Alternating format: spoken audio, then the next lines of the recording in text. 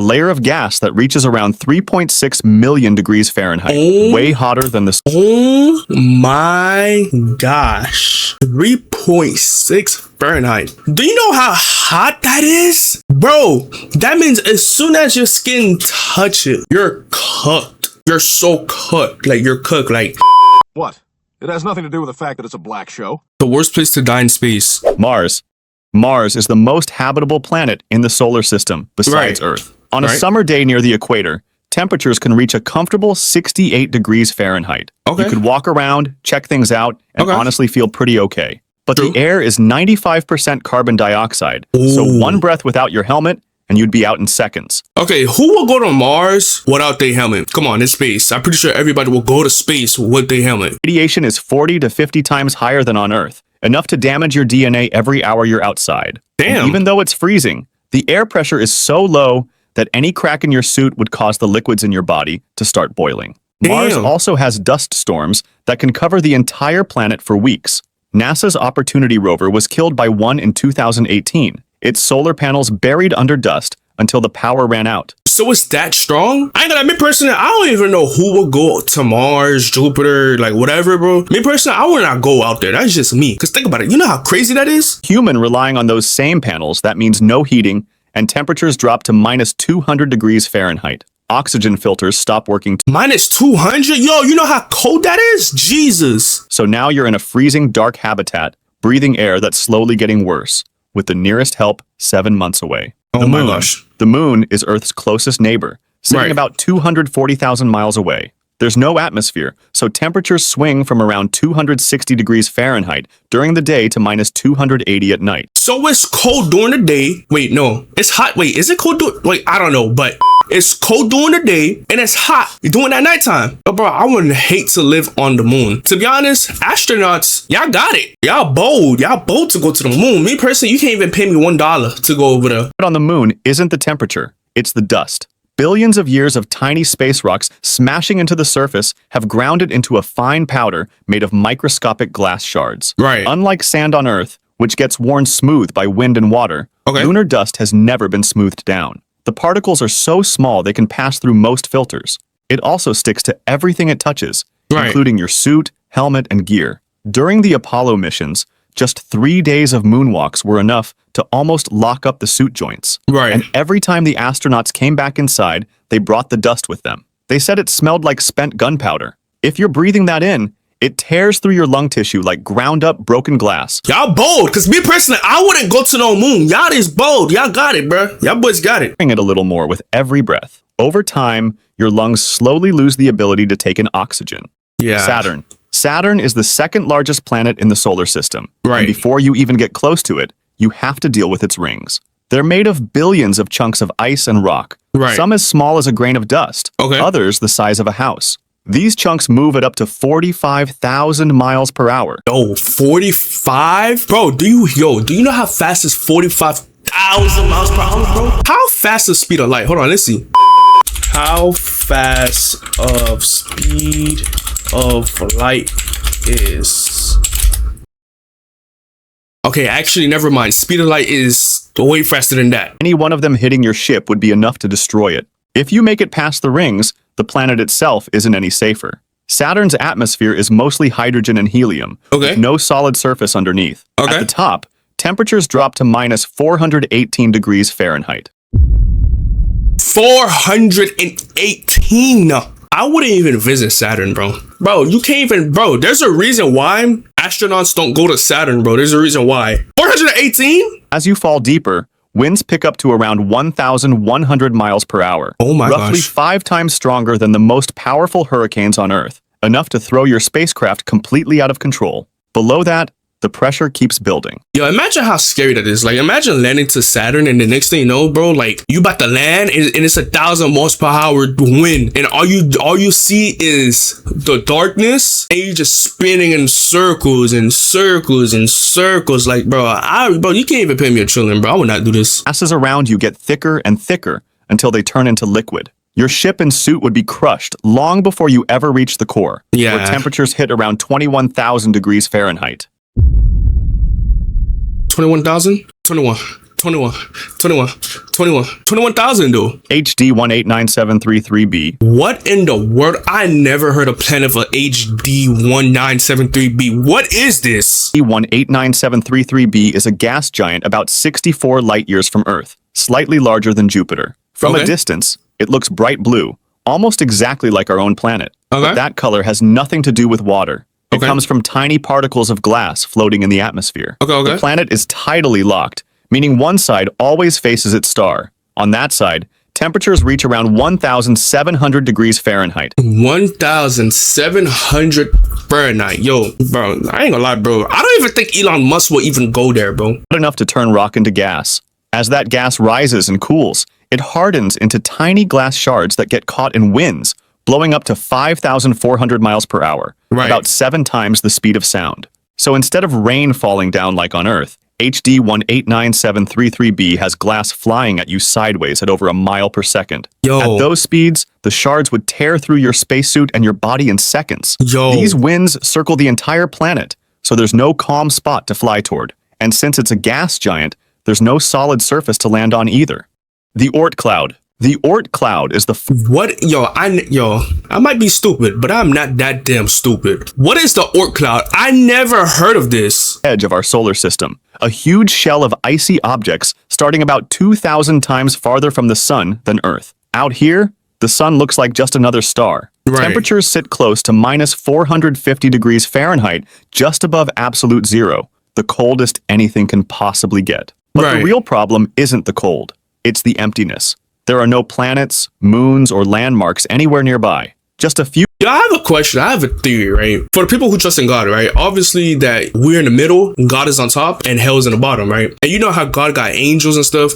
Imagine these planets is his angels. Because obviously, if y'all know Jesus or whatever, like the eye of the angel, and what if these planets is his angels? Like, what if, like, think about it. I don't know. I'm just saying. I just be curious, but I just be thinking. 2 chunks of ice spread across trillions of miles of dark, silent space. Voyager 1, the farthest object humans have ever launched, has been traveling over 47 years and still hasn't reached it. At its current speed, it would take about 300 more years just to get to the inner edge. 300 more years? By the time 300 more years comes, I'm dead. We are dead. Your ship broke down out here, no one could get to you. No distress signal would arrive in time. You'd just be stuck with whatever food, water, and oxygen you had left, watching it all slowly run out. Nothing out here kills you fast. You'd most likely die of suffocation once the oxygen was gone.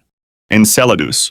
Enceladus is one of Saturn's moons, only about 314 miles across, small enough to fit inside the state of Texas. The surface is covered in ice at around minus 330 degrees Fahrenheit, and there's no real atmosphere, so your suit is the only thing keeping you alive. Saturn's gravity constantly pulls and squeezes this tiny moon, which causes cracks in the surface, especially near the South Pole. Through those cracks, huge geysers blast ice and gas into space. The gravity here is so weak that some of this stuff drifts far enough to become part of Saturn's rings. These geysers aren't just ice and water vapor, though. Scientists have found hydrogen cyanide in the mix, the same chemical used in poison gas. Okay, how in the world are these scientists able to get there? Like, if these planets could kill you, how can scientists come to these planets and do an experiment on them? Like, how do you know? If one of those blasts hit you, the gas alone would kill you within a minute. And if it didn't, the wave of freezing material would lock your body in ice almost instantly. At that point, the same weak gravity that sends geyser material into Saturn's rings could do the same to you. A supernova. A supernova is what happens when a— Okay, I ain't gonna lie, for some reason this look cool. I ain't gonna lie, this look cool. I ain't gonna lie. Supernova look cool. This look cool. I ain't gonna lie, if, hey, I might, you know what I'm saying? If I was an astronaut, I'll probably go to this. This look cool. Massive star runs out of fuel and explodes. In just a few seconds, it can release more energy than our sun will produce in its entire 10 billion year lifetime. That energy comes out as a blast of radiation and high-speed particles, with the gamma rays and X-rays traveling at the speed of light. That's what makes it so dangerous.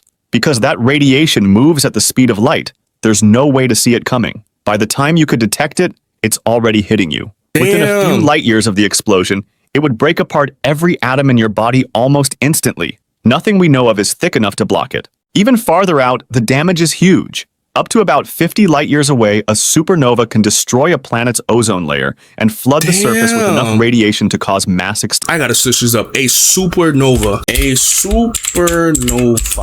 I ain't gonna lie though, supernova do look cool though. Like, for some reason, it look cool, but I would not mess with it though. Some scientists think this actually happened on Earth about 450 million years ago, wiping out around 85% of all marine life. No way. Titan. Titan is Saturn's largest moon and the only moon in the solar system with a thick atmosphere. It's bigger than Mercury, and in a lot of ways looks surprisingly like Earth. It has clouds, rain, rivers, lakes, and even shorelines, but none of it is water. The rain is liquid methane, and the lakes and rivers are filled with it too. The temperature sits at around minus 290 degrees Fahrenheit. Damn! Which is cold enough to make methane behave the way water does here on Earth. The atmosphere is mostly nitrogen, similar to Earth's. The pressure is about 1.5 times what you'd feel at sea level, so you could walk around without a pressurized suit, but the cold would kill you in minutes without heavy thermal protection. Liquid methane is also about half the density of water, so if you fell into one of Titan's lakes, you wouldn't float. You'd sink straight down and freeze solid within seconds. Wait, so if you sink, so if you know how to swim, you'll be good. Because if it's 1 out of 2, and Earth, you can actually swim in water, but that one is 1 out of 2, you can still swim, even though it's pulling you down. If you know how to swim, you'll be good. Because of the thick orange haze in the atmosphere,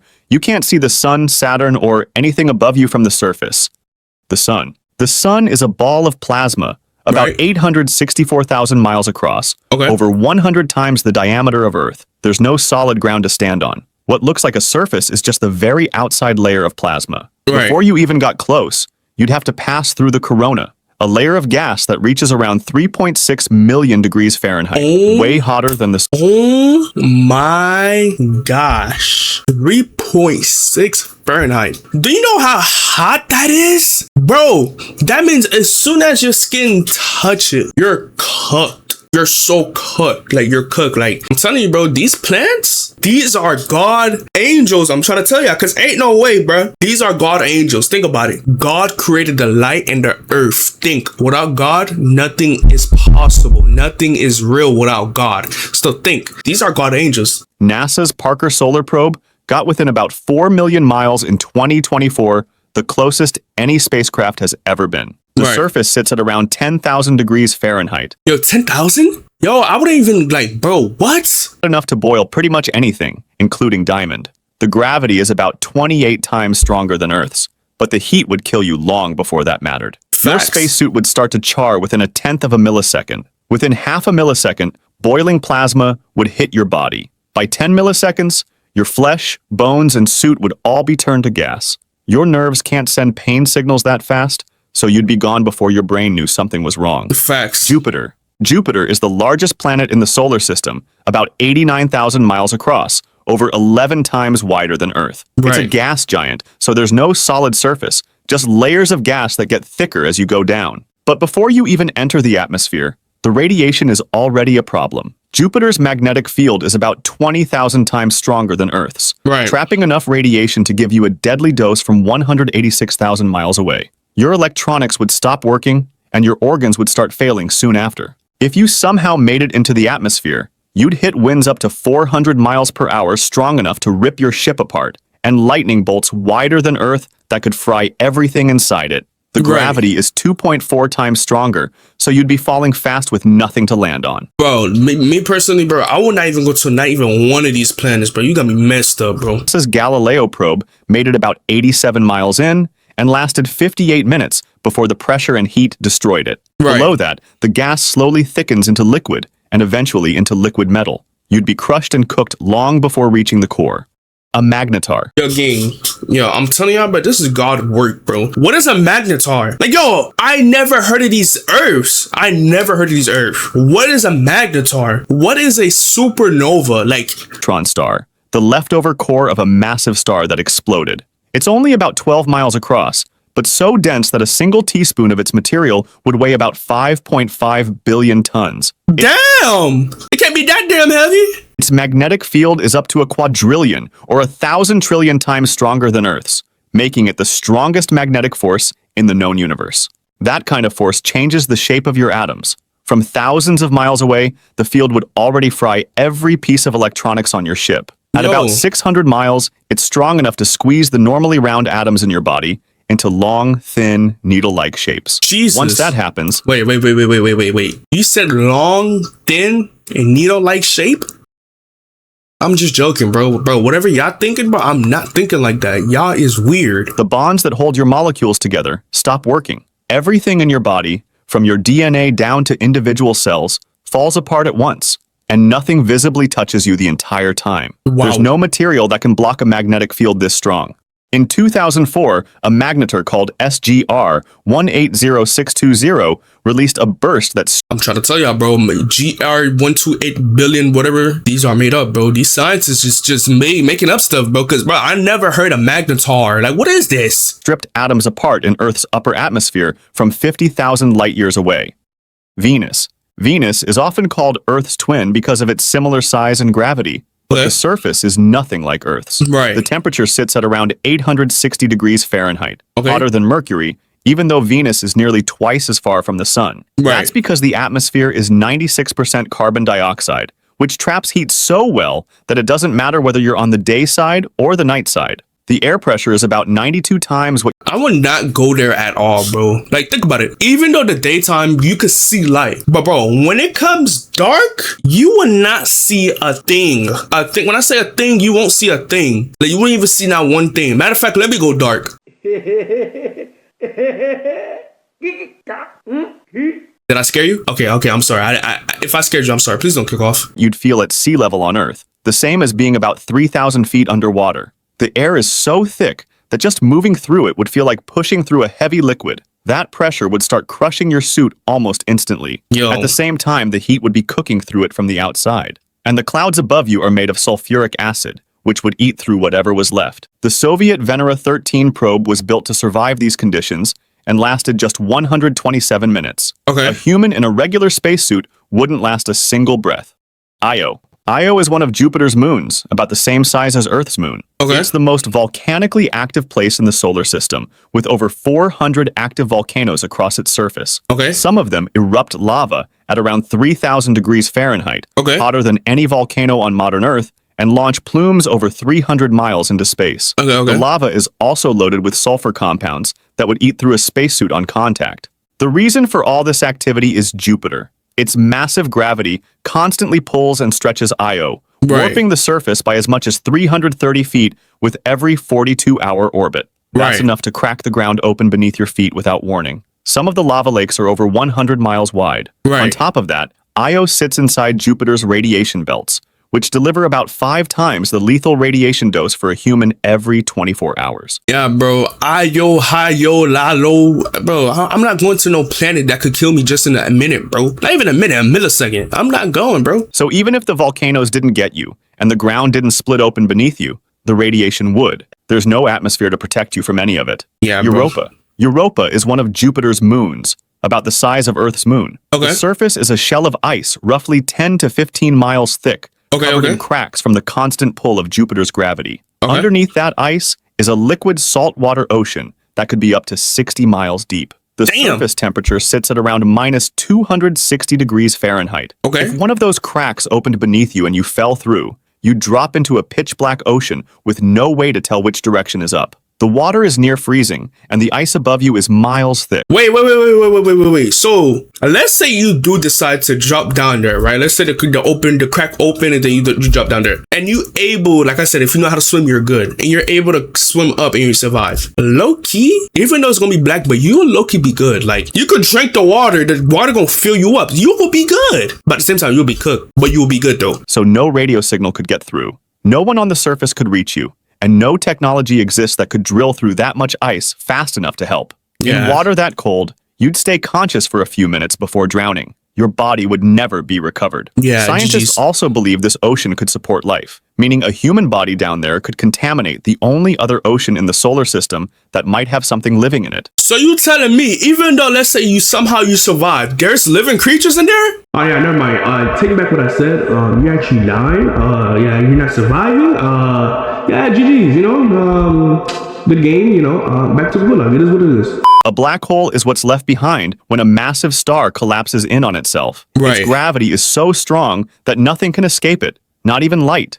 The point where escape becomes impossible is called the event horizon. Right. What kills you is the difference in gravity between one end of your body and the other. Right. As you get closer, the pull on your feet becomes so much stronger than the pull on your head that your body starts to stretch. Right. Scientists call this spaghettification. The force would pull your spine apart and tear through your muscles until your body snapped at the midsection. Then each half would snap again and again until you were stretched into a thin stream of atoms, spiraling into the center. For a distant... Okay, I'm gonna be completely honest. I don't think a black hole is that bad. Like black hole, you're just getting stretched apart. Like, I don't think it's that bad. Like, I think you'll be good. Observer watching you fall, something strange would happen. Your image would appear to slow down near the event horizon, eventually seeming to freeze there. Over time, your light would shift from visible to infrared to radio waves. Right. Slowly fading, but never fully disappearing. Alright, YouTube, that's the end of the video. If y'all boys did enjoy that video, make sure y'all boys like, comment, and subscribe, turn on post notification. You feel me? I'll catch y'all boys in the next video. Yeah!